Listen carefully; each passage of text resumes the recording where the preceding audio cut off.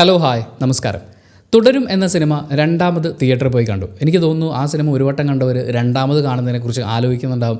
ആദ്യം ഒറ്റയ്ക്ക് കണ്ടിട്ട് അതിനുശേഷം സുഹൃത്തുക്കളും ബന്ധുക്കളുമായിട്ട് റീവാച്ച് ചെയ്തിട്ടുള്ള ആളുകളുണ്ടാവും, റീവാച്ച് ചെയ്യാൻ ആഗ്രഹിക്കുന്ന ആളുകളുണ്ടാവും. ആ സിനിമ അങ്ങനത്തെ ഒരു വൈബാണ്.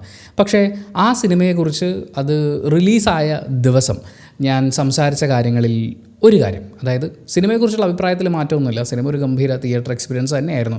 പക്ഷേ അന്ന് ആ റിവ്യൂ വീഡിയോയിൽ ഞാൻ പറഞ്ഞ ഒരു കാര്യം, അതിലെനിക്കൊരു ഖേദം രേഖപ്പെടുത്താനുണ്ട്. പ്ലസ് ആ സിനിമയുടെ പൊളിറ്റിക്സിനെ കുറിച്ച് സംസാരിക്കുക എന്നുള്ളതാണ്. അത് നമ്മൾ തൊട്ട് മുമ്പ് ഒരു വീഡിയോയിൽ പറഞ്ഞിട്ടുണ്ടായിരുന്നു. പക്ഷേ ആ വീഡിയോ ആ സിനിമയിലെ പൊളിറ്റിക്സിനെ കുറിച്ച് സംസാരിക്കാനുള്ളൊരു വീഡിയോ അല്ലാത്തതിനാൽ ഞാനത് ഈ വീഡിയോയിൽ ഉൾപ്പെടുത്തുകയാണ് ചെയ്യുന്നത്. സോ ആദ്യം കുറ്റബോധം തോന്നിയ ആ കാര്യം എന്താണെന്നുള്ളത് പറയാം.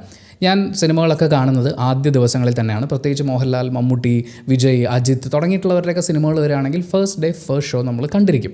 അപ്പോൾ ഫാൻസിൻ്റെ കൂടെ ആയിരിക്കും മിക്കവാറും കാണുക. ഒരു 10-18 വയസ്സിന് മുകളിലൊക്കെ പ്രായമുള്ള, ചിലപ്പോൾ ജോലിയിൽ നിന്ന് അവധിയെടുത്ത് വരുന്ന, ക്ലാസ് ഹാഫ് ഡേ മുടങ്ങിയാലും കുഴപ്പമില്ല എന്ന് വിചാരിച്ച് വരുന്ന, എന്ന് വെച്ചാൽ പ്രായപൂർത്തിയായിട്ടുള്ള ആൾക്കാരോടൊപ്പമായിരിക്കും മിക്കവാറും നമ്മൾ ഈ സിനിമകൾ കാണുക. ഈ സ്ത്രീകളും കുട്ടികളും ഗർഭിണികളും എന്നൊക്കെ പറയുന്നത് പോലെ കാറ്റഗറി തിരിച്ച് അങ്ങനത്തെ സംഭവങ്ങളൊന്നുമില്ല. മെയിനായിട്ട് ആ സിനിമയെ തിയേറ്ററിൽ എൻജോയ് ചെയ്യാൻ വേണ്ടിയിട്ട് വരുന്ന ഒരു ഫാൻ എന്ന് പറയുന്ന ഒരു ആറ്റിറ്റ്യൂഡാണ്. ഞാനും ആ ഒരു ആറ്റിറ്റ്യൂഡോട് കൂടി തന്നെയാണ് ഈ സിനിമകൾ കാണാറുള്ളത്. അങ്ങനെയാണ് തുടരും ഞാൻ തിയേറ്ററിൽ ഫസ്റ്റ് ടൈം കാണുന്നത്. ഒരുപാട് ഫാൻസ് ആയിട്ടുള്ള ആളുകളുണ്ട്, എല്ലാവരുടെയും കൂടി ഇരുന്ന് ആദ്യത്തെ ഷോ കാണുകയാണ്. കയ്യടി, ബഹളം, അർമാദിക്കൽ, അതൊരു ഭയങ്കര എക്സ്പീരിയൻസ് ആയിരുന്നു. അത് കഴിഞ്ഞ് ഞാൻ റിവ്യൂ വീഡിയോ പോസ്റ്റ് ചെയ്തപ്പോൾ ഞാൻ പറഞ്ഞ സെൻറ്റൻസ് ഇങ്ങനെയായിരുന്നു: ഫുൾ ഫാമിലി ആയിട്ട് ധൈര്യമായിട്ട് പോയി കാണാവുന്ന ഒരു സിനിമ ആണ്. ഞാൻ എൻ്റെ ഫാമിലി എന്ന് ഉദ്ദേശിക്കുമ്പോൾ എൻ്റെ അനിയനുണ്ട്, അനിയൻ്റെ വൈഫുണ്ട്, അനിയത്തിമാർ 2 പേരുണ്ട്, അവരുടെ 2 പേരുടെയും ഭർത്താക്കന്മാരുണ്ട്, എൻ്റെ അമ്മയുണ്ട്. അപ്പോൾ ഞങ്ങളെല്ലാവരും ഗ്രോണപ്പായിട്ടുള്ള ആളുകളാണ്. നമ്മൾ തിയേറ്ററിലേക്ക് പോകുമ്പോൾ, പ്രത്യേകിച്ച് ഇങ്ങനൊരു സിനിമ കാണാൻ പോകുമ്പോൾ, ഈ പറയുന്ന 25 വയസ്സിന് മുകളിൽ പ്രായമുള്ള ആളുകളാണ് എൻ്റെ ഫാമിലിയിലുള്ളത്.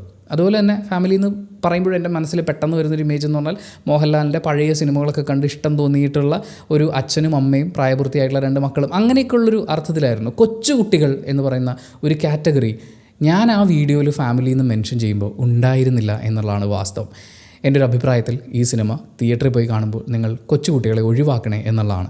ഞാൻ ഈ സിനിമ രണ്ടാമത് തിയേറ്ററിൽ പോയി കാണുമ്പോഴാണ് ശ്രദ്ധിക്കുന്നത്, ഒരുപാട് ഫാമിലീസ് വന്നിട്ടുണ്ട്. ഭയങ്കര സന്തോഷം തോന്നിയൊരു കാര്യം എന്താണെന്ന് വെച്ച് കഴിഞ്ഞാൽ, വീൽ ചെയറിൻ്റെ സഹായത്തോടെ മാത്രം ചലിക്കാൻ പറ്റുന്ന 4-5 പേർ ആ തിയേറ്ററിൽ ഞാൻ പോയ ഷോ കാണാൻ വേണ്ടിയിട്ടുണ്ടായിരുന്നു. നിങ്ങളൊന്ന് ആലോചിച്ച് നോക്കൂ, ഒരു വീടിൻ്റെ 4 ചുവരിനകത്ത് നിൽക്കേണ്ടി വരുന്ന സാഹചര്യത്തിലെത്തിയിട്ടുള്ള, ചിലപ്പോൾ അവർ വേറെയും ജോലികളും ബിസിനസ്സും ഒക്കെ ചെയ്യുന്ന ആളുകളായിരിക്കാം. പക്ഷേ അവർ തിയേറ്ററിൽ വന്ന് അതൊരു എഫേർട്ട് എടുക്കലാണ്. എത്ര സിനിമകൾക്ക് അവർ എഫേർട്ട് ഇട്ട് പോകുന്നുണ്ടാവും. അപ്പോൾ അങ്ങനൊരു എഫേർട്ട് ഇട്ട് അവരെയൊക്കെ തിയേറ്ററിലേക്ക് വരാൻ പ്രേരിപ്പിക്കുന്ന ഒരു സംഭവം ഉണ്ടാവുക എന്ന് പറയുന്നത് ഒരുപാട് തിയേറ്റർ ഓണേഴ്സിന് ഗുണകരമാവുന്ന, സിനിമയുടെ പ്രൊഡ്യൂസറിന് ഗുണകരമാവുന്ന, അവർക്കൊക്കെയും ഒരു എൻ്റർടൈൻമെൻറ്റ് കിട്ടും എന്ന് പറയുന്നൊരു കോൺഫിഡൻസ് അവരിലേക്ക് എത്തിക്കാൻ പറ്റുന്ന മാർക്കറ്റിംഗ്, ഇങ്ങനെയുള്ള ഒരുപാട് കാര്യങ്ങൾ സംഭവിച്ചിട്ടുണ്ട്.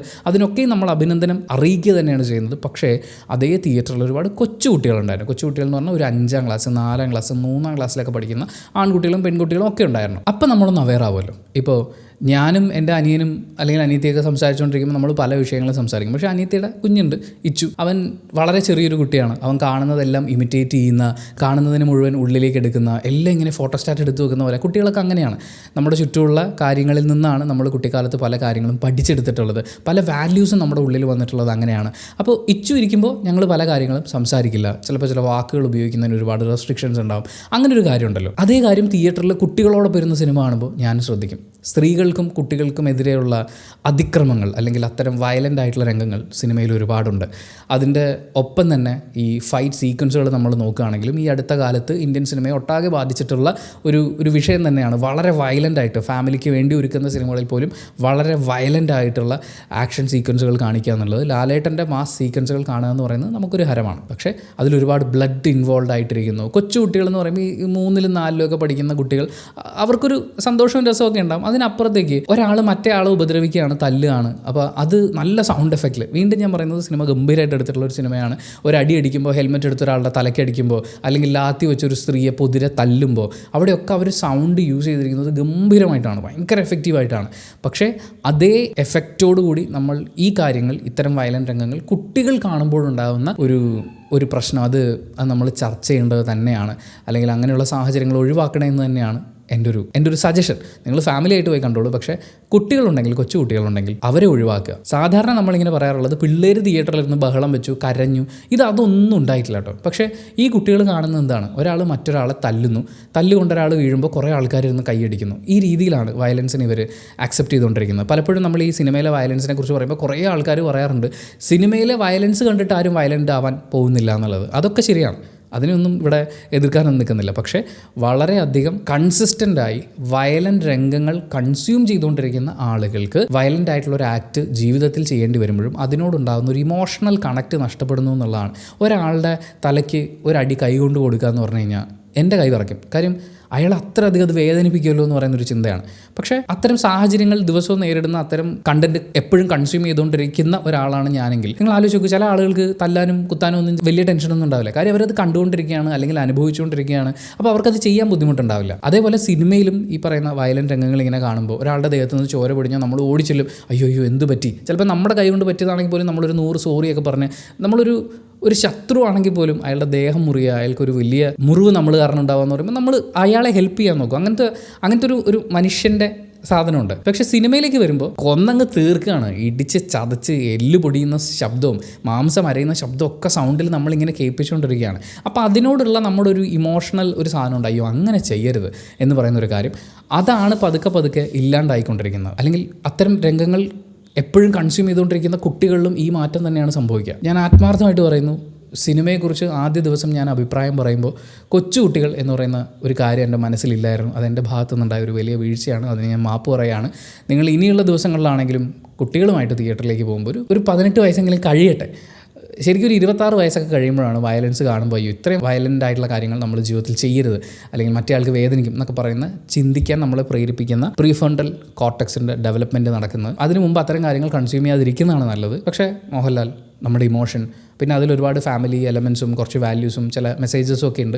അപ്പോൾ അത് ആളുകളിലേക്ക് എത്തേണ്ടത് തന്നെയാണ്. എന്നാൽ അതേസമയം ആ മെസ്സേജും അതിൻ്റെ ബ്യൂട്ടി എലമെൻറ്റുകളും മനസ്സിലാക്കാൻ പറ്റാത്ത കുട്ടികളെ നിങ്ങൾ ഈ പറയുന്ന വയലൻസ് ഉൾപ്പെടെയുള്ള രംഗങ്ങൾ കാണിക്കുമ്പോൾ ഈ വയലൻറ്റ് കാര്യങ്ങളെയാണ് കുട്ടികൾ പെട്ടെന്ന് ആകർഷിതരാവുക. അതൊരിക്കലും അവരുടെ ഫ്യൂച്ചറിനും നമ്മുടെ സമൂഹത്തിൻ്റെ ഒരു ഫ്യൂച്ചറിനും നല്ലതല്ല എന്നൊരു അഭിപ്രായം കൂടി ഞാൻ ഇതിനോട് ചേർത്ത് വെക്കുകയാണ്. തുടരും എന്ന് പറയുന്ന സിനിമയെ കുറ്റം പറയാൻ വേണ്ടിയിട്ടുള്ള വീഡിയോ അല്ല. ഞാൻ എൻ്റെ വീഡിയോയിൽ പറഞ്ഞു പോയി കുടുംബമായി നിങ്ങൾ പോയി കാണുമെന്ന്. കുടുംബം എന്ന് പറയുമ്പോൾ അതിലെ കുട്ടികളെ ഞാൻ ഉദ്ദേശിച്ചത് കുറച്ച് പ്രായമായിട്ടുള്ള കുട്ടികളാണ്. കൊച്ചു കുട്ടികളെയും കൊണ്ട് നിങ്ങൾ ഈ സിനിമയ്ക്ക് പോകരുത് പ്ലീസ്. ഇനി രണ്ടാമത്തെ കാര്യം ആ സിനിമയിലെ പൊളിറ്റിക്സാണ്. ഞാൻ അതിനെക്കുറിച്ച് മുമ്പ് ഒരു വീഡിയോയിൽ മെൻഷൻ ചെയ്തപ്പോൾ ഒരു കമൻറ്റൊക്കെ വന്നിട്ടുണ്ടായിരുന്നു, ഈ സിനിമയിലും നീ ഇങ്ങനെ ജാതി രാഷ്ട്രീയം കണ്ടുപിടിക്കില്ലേ എന്ന്. എൻ്റെ പൊന്നടാവുവേ, സിനിമ തീരുമ്പോൾ അവർ എഴുതി കാണിക്കുന്നത് ദുരഭിമാന കൊലകൾ എന്ന് പറയുന്ന ഒരു കാര്യമാണ്. ദുരഭിമാന കൊല എന്ന് പറഞ്ഞു കഴിഞ്ഞാൽ ഒരാളുടെ പറമ്പിലുള്ള കൊല അഭിമാനിയായ മറ്റൊരാൾ മോഷ്ടിക്കുന്നതോ മോഷ്ടിക്കാതിരിക്കുന്നതോ അല്ല, ജാതിയുടെ, നിറത്തിൻ്റെ, സമ്പത്തിൻ്റെ ഒക്കെ പേരിൽ നടക്കുന്ന കൊലപാതകങ്ങളാണ്. അതിൽ ഈ പറയുന്ന നിറവും പണവും ഒക്കെ നമ്മൾ പറയുമ്പോൾ അടിസ്ഥാനപരമായി അതിൻ്റെ കാരണങ്ങളിലേക്ക് നമ്മൾ ശരിക്കും ഒന്ന് ഇറങ്ങിച്ചെല്ലുകയാണെങ്കിൽ അവിടെ നമുക്ക് ജാതിയെ കാണാൻ പറ്റും. ആ പറയുന്ന വിഷയത്തിനെ അവസാനം കാണിക്കുന്ന ഒരു സെൻറ്റൻസിൽ ഒതുക്കി നിർത്തിയതിന് ശേഷം ഒരു പക്ഷേ ആ സിനിമയ്ക്ക് അതിശക്തമായി സംസാരിക്കാൻ പറ്റുമായിരുന്ന ഒരു പൊളിറ്റിക്സിനെ, പ്രത്യേകിച്ച് ഇത്രയും നമ്മുടെ മനസ്സ് കവർന്നിട്ടുള്ള പെർഫോമൻസുകളും കാര്യങ്ങളും ഒക്കെ കണ്ടതിന് ശേഷം ആ പൊളിറ്റിക്സ് സംസാരിക്കുമ്പോൾ ആളുകളിലേക്ക് അത് അത്രയധികം ആഴ്ന്നിറങ്ങുമായിരുന്നു. മോഹൻലാലിനെ പോലൊരു താരം അവതരിപ്പിക്കുമ്പോൾ അതിന് അത്രയും വലിയൊരു വാല്യൂം വരുമായിരുന്നു. പക്ഷേ മോഹൻലാൽ എന്ന് പറയുന്ന മലയാളിയുടെ ഒരു സവർണ്ണ ബിംബത്തിനെ മുന്നിൽ നിർത്തിക്കൊണ്ട് ഈ പറയുന്ന ജാതി എന്ന് പറയുന്ന ഒരു വിഷയത്തിനെ അവർ അഡ്രസ്സ് ചെയ്തിട്ടേ ഇല്ല. എവിടെയും ഒരു വാക്കുകൊണ്ട് പോലും പറഞ്ഞിട്ടില്ല. നമ്മളിതിൽ നോക്കുകയാണെങ്കിൽ ജോർജ് സാർ, അദ്ദേഹം ഒരു ക്രിസ്ത്യാനിയാണല്ലോ, ക്രിസ്ത്യാനികൾക്ക് എന്ത് ജാതി, അത് കുടുംബമഹിമയായിരിക്കും അതിലെ പ്രശ്നം എന്നൊക്കെ പല ആളുകളും വിചാരിക്കും. പക്ഷേ എല്ലാ മതങ്ങളിലും, പ്രത്യേകിച്ച് കേരളത്തിൽ നിന്ന് ജീവിക്കുന്ന എല്ലാവരുടെയും ഉള്ളിൽ അവിടെ ഇവിടെയായി ഒളിഞ്ഞും തെളിഞ്ഞും ചിലപ്പോൾ വളരെ പ്രത്യക്ഷമായിട്ടും ജാതി കടന്നു വരുന്നുണ്ട്. അതിനെ അവർ മറച്ചു വെച്ചു എന്ന് പറയുന്ന ഒരു കാര്യം, അതൊരു വിഷയം തന്നെയാണ്. രണ്ടാം കാഴ്ച ഞാൻ കാണുമ്പോൾ വീണ്ടും ഹൗസ്ഫുള്ളായിട്ട് ഷോസിൽ ടിക്കറ്റ് ഒന്നും കിട്ടാനില്ല, അതൊക്കെ വലിയ സന്തോഷമാണ്. ഒരു മലയാള സിനിമ ഒരു വലിയ വിജയമായിട്ട് മാറുക എന്ന് പറയുന്നത്, നമ്മുടെ ലാലേട്ടൻ്റെ ഒരുപാട് ആഘോഷിക്കാനുള്ളൊരു സിനിമ കിട്ടുക എന്ന് പറയുന്നത്. പക്ഷേ ഈ രണ്ട് കാര്യങ്ങൾ ആ സിനിമയിൽ നമ്മൾ എടുത്തു പറയേണ്ടത് തന്നെയാണ്. ഒന്ന്, വളരെ ശക്തമായൊരു രാഷ്ട്രീയത്തെ അവതരിപ്പിക്കാനുള്ള സാധ്യതയെ അവരില്ലാണ്ടാക്കി കളഞ്ഞു. അത് ഈ പറയുന്ന പോലെ ആളുകളെ തിയേറ്ററിൽ എത്തിക്കാൻ വേണ്ടിയിട്ടും പിന്നെ ഈ കേരളത്തിൽ ജാതിയൊന്നുമില്ല കേട്ടോ എന്ന് പറഞ്ഞിട്ട് പേരിൻ്റെ അറ്റത്തെ വാലിനെ തലോടുന്ന ആളുകളെ സന്തോഷിപ്പിക്കാൻ വേണ്ടി തന്നെയായിരിക്കും, അല്ലെങ്കിൽ ആ മാർക്കറ്റിനെ പിടിക്കണം എന്ന് പറയുന്നൊരു ഉദ്ദേശമുള്ളിൽ വെച്ചുകൊണ്ട് തന്നെയായിരിക്കും. അതുപോലെ തന്നെ ഫുൾ ഫാമിലി ആയിട്ട് പോയി കാണാം എന്ന് ആര് പറയുമ്പോഴും കൊച്ചു കുട്ടികളെ എന്ത് ചെയ്യണം, ഒരാളെ നോവിക്കുമ്പോൾ അയാൾക്ക് വേദനിക്കുമോ അല്ലെങ്കിൽ അയാൾ എന്ത് ചിന്തിക്കും എന്നൊക്കെ പറയുന്ന പോലെ അങ്ങനെ ശരിതെറ്റുകളെ കൃത്യമായി വിവേചിച്ചറിയാൻ പറ്റാത്ത പ്രായത്തിലുള്ള കുട്ടികളെ കൊണ്ടുപോയി കാണിക്കാൻ ഞാൻ ഈ സിനിമ സജസ്റ്റ് ചെയ്യില്ല. പിന്നെ സ്ത്രീകൾക്കും കുട്ടികൾക്കും എതിരെയുള്ള അതിക്രമങ്ങൾ എന്ന് വെച്ചാൽ വളരെ ക്രൂരമായി ഒരു പെൺകുട്ടിയെ, ഒരു സ്ത്രീയെ ആക്രമിക്കുന്ന രംഗങ്ങൾ സിനിമയിൽ വലിയൊരു സമയം തന്നെയുണ്ട്. അപ്പോൾ അത്രയും സമയം ചില ആളുകളെ ഡിസ്റ്റർബ് ചെയ്യാൻ സാധ്യതയുണ്ട്. കാരണം ഞാൻ രണ്ടാമത് ഈ സിനിമ കാണാൻ പോകുന്നത് എൻ്റെ ചില സുഹൃത്തുക്കളോടൊപ്പം കുറച്ച് ബന്ധുക്കളുണ്ടായിരുന്നു. അങ്ങനെ ഒരു വലിയ ക്രൗഡുമായിട്ട് പോയപ്പോൾ എനിക്ക് ആ റെസ്പോൺസിൽ നിന്ന് മനസ്സിലായ കാര്യമാണ്, ഇതിലെ ഈ വയലൻറ്റ് രംഗങ്ങൾ കാണുമ്പോൾ കണ്ണടച്ചിരുന്നാണ് അവരിൽ ചിലരൊക്കെ സിനിമ കണ്ടു തീർത്തത്. സോ ഈ കാര്യങ്ങൾ കൂടി ഒന്ന് മനസ്സിൽ വെക്കണം എന്ന് പറയണമെന്ന് തോന്നി. വളരെ പോസിറ്റീവായിട്ടൊരു റിവ്യൂ ഇട്ടിട്ട് ഇനിയും ഞാനതിൻ്റെ പോസിറ്റീവ്സ് എനിക്ക് പറയേണ്ട കാര്യമില്ലല്ലോ. പക്ഷേ രണ്ടാം കാഴ്ചയിൽ എനിക്ക് പറയണമെന്ന് തോന്നിയ, തിരുത്തി പറയണമെന്ന് തോന്നിയ ഒരു കാര്യമുണ്ട്. അത് പറയാൻ വേണ്ടിയിട്ടാണ് ഈ വീഡിയോ ചെയ്തത്. Thank you so much for watching this video. Video ഇഷ്ടപ്പെട്ടാൽ ലൈക്ക് ചെയ്യുക, കമൻറ്റ് ചെയ്യുക, ഷെയർ ചെയ്യുക, സബ്സ്ക്രൈബ് ചെയ്യുന്ന കാര്യം പരിഗണിക്കുക.